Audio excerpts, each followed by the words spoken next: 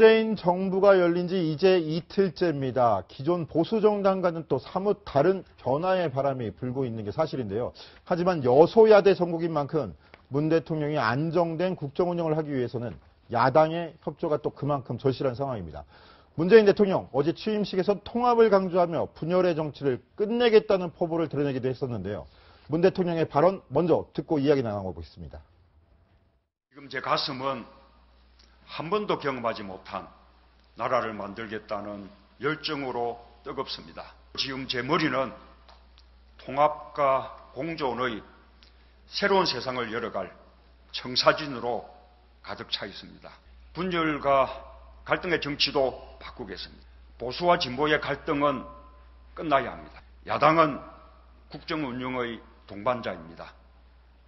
대화를 정례화하고 수시로 만나겠습니다. 최석호 기자, 문재인 정부로서는 지금 현재 국회와의 협치가 굉장히 절실한 상황 아니겠습니까?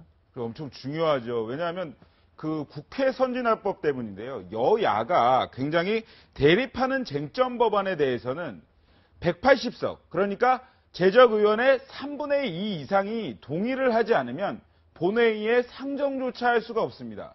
그러니까 아주 청와대에서 중요한 결정을 내려야 할 때 이 다른 야당이 협조를 하지 않으면 본회의에 상정조차 할 수 없고 아예 법을 만들 수조차 없는 겁니다. 보면서 설명을 드리겠습니다. 더불어민주당 현재 의석수가 120석입니다. 그러면 180석이 되려면 60석이 더 필요한 건데요.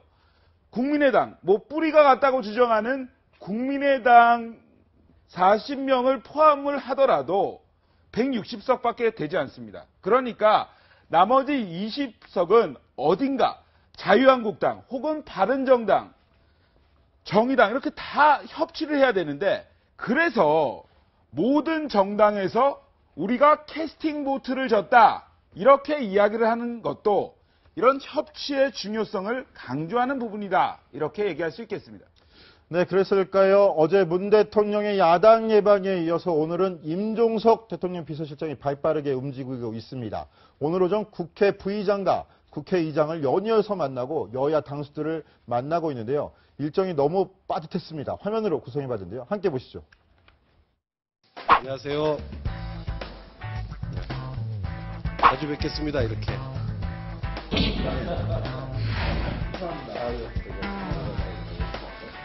나는 개인적으로 우리 임종석 실장은 능력이나 자질, 자세를 굉장히 높은 사람인데 찾아뵙는 건 물론이고 수시로 전화도 좀 드리면 하겠습니다.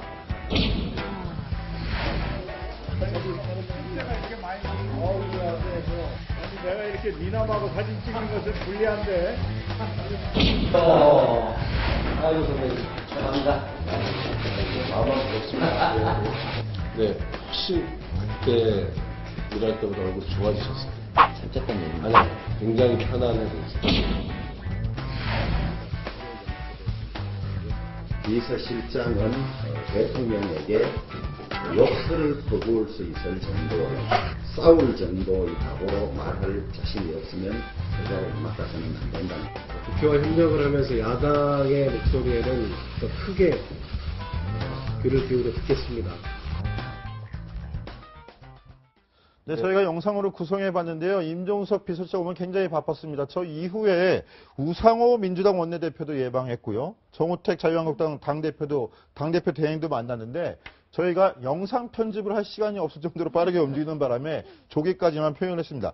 자, 이현수 기자. 네. 임종석 비서실장 호칭이 재밌어요. 선배님, 형님, 네. 아우 분위기 정말 좋은데 네. 속내는 어떨까요? 네, 정말 국회에 있을 때도 사실상 형님 아우 할 정도로 이렇게 정무적 감각도 친밀감이 높았다고 합니다. 그걸 한껏 활용해서 이제 국회를 찾아서 적극적으로 행보를 하는 모습을 보였는데요. 정세균 의장과는 당연히 나쁠 게 없겠지만 야당과 만났을 땐 조금 긴장되는 그런 부분들도 보였습니다. 특히 지금 화면에 나오고 있는 정우택 한국당 원내대표를 만난 모습인데요. 사실상 오늘 임종석 비서실장이 인선됐을 때 한국당에서 비판하는 논평을 내놨었는데요. 좀 다시 재고해달라. 문재인 대통령 안보관이 좀 불안하다. 이런 얘기를 했었는데 오늘도 역시 정우택 원내대표가 이런 발언을 했습니다.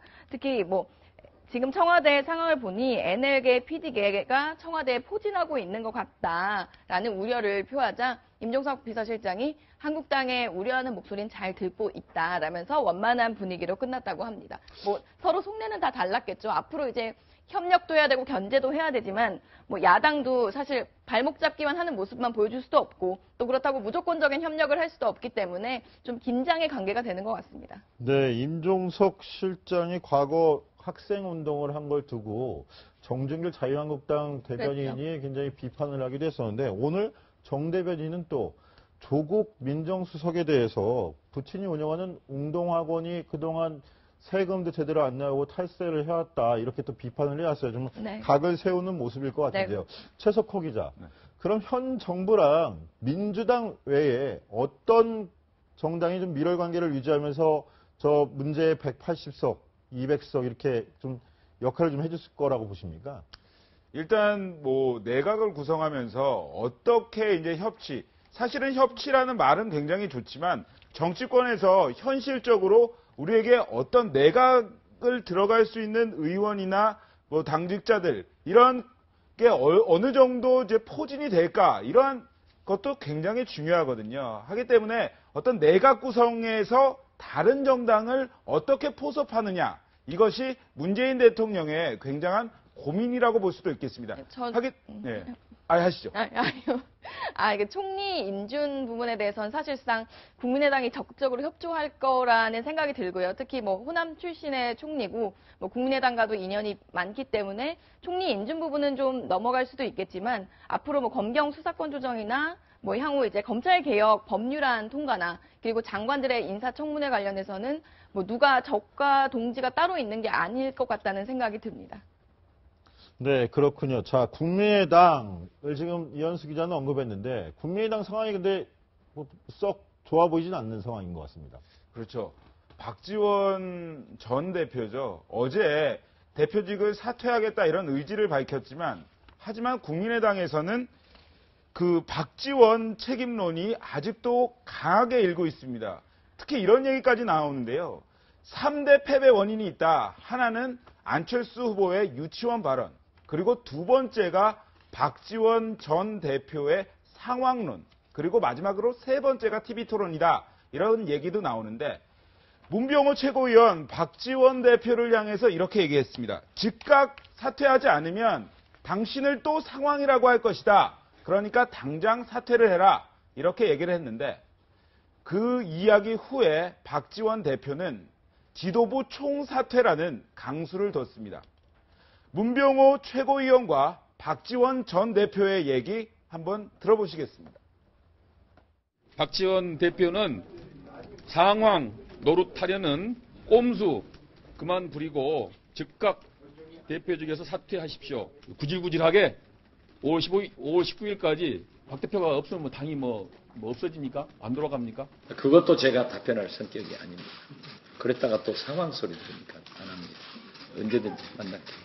즐겨 사용하던 SNS를 좀 하지 말라고 우리 보좌관들이 제 손가락에다 골무를 끼래 많은 유혹을 느끼지만 안 하고 있습니다.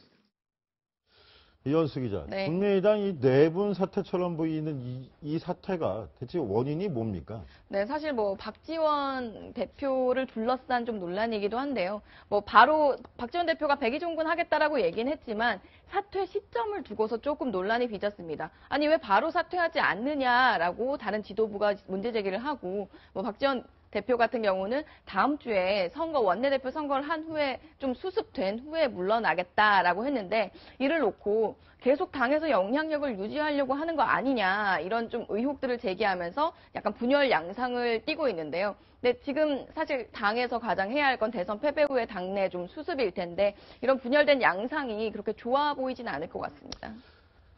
네, 출범 이틀째를 맞은 문재인 정부의 새 소식과 함께 정계 개편 움직임에 대해서도 짚어봤습니다. 저희 정치데스크 60초 후에 돌아오겠습니다.